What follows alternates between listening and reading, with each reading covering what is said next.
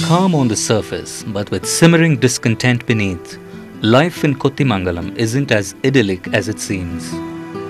For over 2 decades now, the Narikuravas have been trying to get themselves categorized under the scheduled tribe classification. But in vain. And this despite the favorable recommendations of the state government, the Tribal Research Institute and the Department of Anthropology of the University of Madras.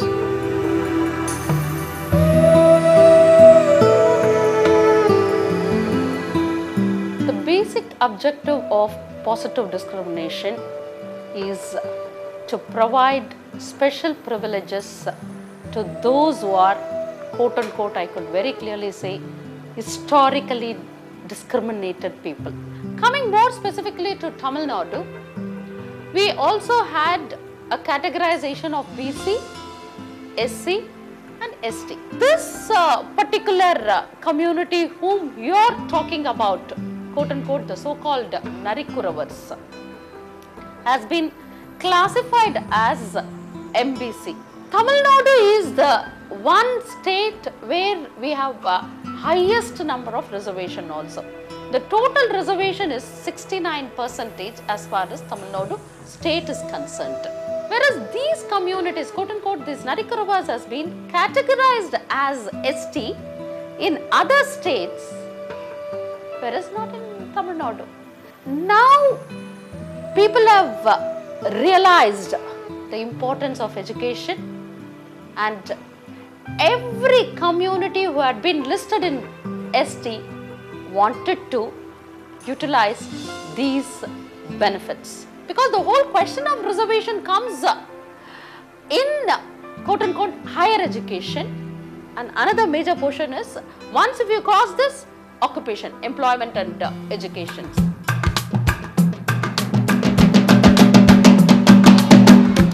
However, there is a primary school in Kottimangalam until class 5. A Salesian priest, Father Augustine, worked tirelessly to ensure that the Narikurava children got access to education. And conveniently for them, the school is located within their community compound.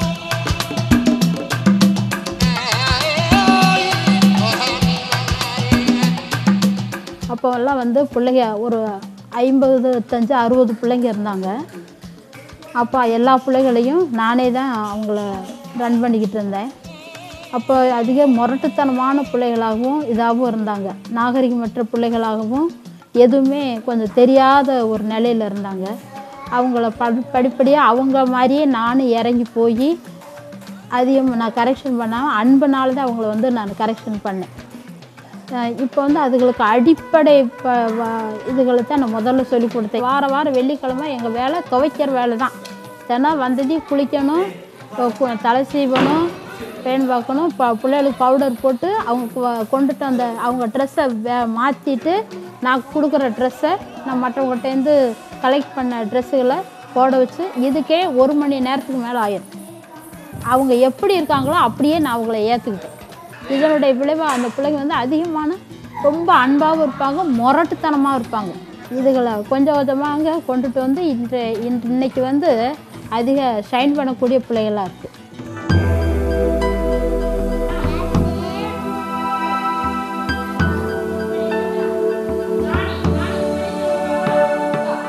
அகரம் முதல எழுத்தெல்லாம் ஆதி பகவன் முதற்றே உலகு கருக்க கசடர கற்பவை கற்ற பெண் நெருக்க அதற்கு தக.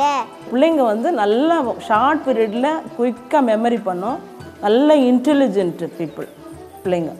அந்த 5th வரல இவங்க நல்லா இங்கே படிக்கணும்னு தான் நினைக்கிறாங்க. 6th கொண்டு அனுப்புறதுக்கு எங்களுக்கு பேரண்ட்ஸ் ஒபே பண்ணுறதே இல்லை. ஏன்னா அவங்களுக்கு டிரான்ஸ்போர்ட் செலவு சரியில்லை. எங்களுக்கு ஒரு வேனோ ஆட்டோவோ விட்டிங்கனாக்கா நான் கொண்டு போய் பிள்ளைங்களை கூட்டின்னு வருவோம். பஸ்ஸிலலாம் அவங்களுக்கு பாஸ் உண்டு, கவர்மெண்ட் பாஸு. ஆனால் அதை வந்து இவங்க வந்து நான் பஸ்ஸில் அனுப்ப முடியாது, தொங்கிட்டு போகும்போது கீழே விழுந்து என் பிள்ளைங்க செத்து போயிடும், அதனால் நான் இங்கே படித்ததே போதும்னு நிறுத்திக்கிறாங்க. இந்த பேரண்ட்ஸ் தான் ஃபுல்லு எங்களுக்கு பேர்டனாக இருக்கிறவங்க.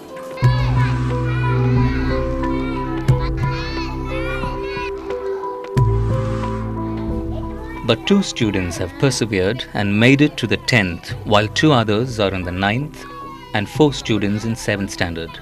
These are the first generation learners, and if they continue on this path to literacy, they would be fulfilling many an ancestor's dream.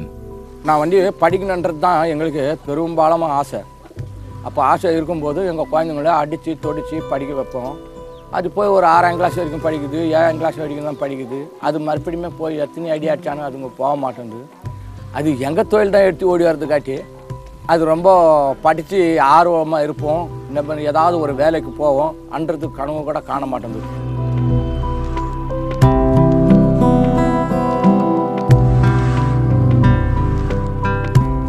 However, if there's one subject that holds their fancy, it is art.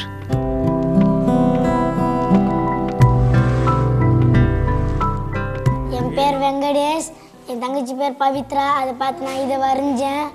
எனக்கு குருவி பிடிக்கும், யானை பிடிக்கும், எருமை பிடிக்கும், எலி பிடிக்கும், பொம்மை பிடிக்கும், புலி பிடிக்கும், எல்லாம் பிடிக்கும்.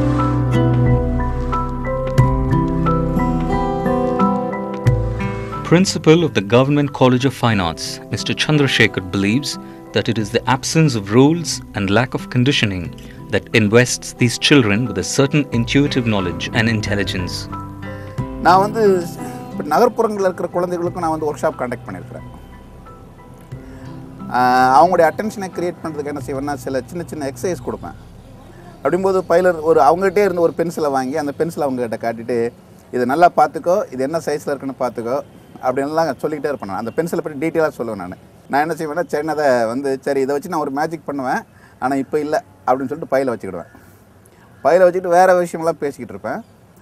திரும்ப வேறு விஷயங்களுக்கு இடையிலே திரும்ப என்ன செய்வேன்னா நான் உங்களுக்கு அந்த பென்சிலை காட்டினேனே அதனோட உயரத்தை மட்டும் நீங்கள் வரைங்க. நகர்ப்புறத்தில் பார்த்தீங்கன்னா 20 குழந்தைகளுக்கு நான் அதை சொன்னேன்னா 2 குழந்தைகள் அதை சக்ஸஸ் பண்ணுறது ரொம்ப கஷ்டம். இப்போ நம்ம இந்த பிள்ளைங்கிட்ட நீங்கள் ஒரு பொருளை காட்டி நீங்கள் பையில் போட்டு நீங்கள் திரும்ப வேறு ஏதாவது பேசிட்டு கூட நீங்கள் சொன்னீங்கன்னு வச்சிங்களேன் 90% கரெக்டாக போட்டாங்க. அதாங்க பிரச்சனை.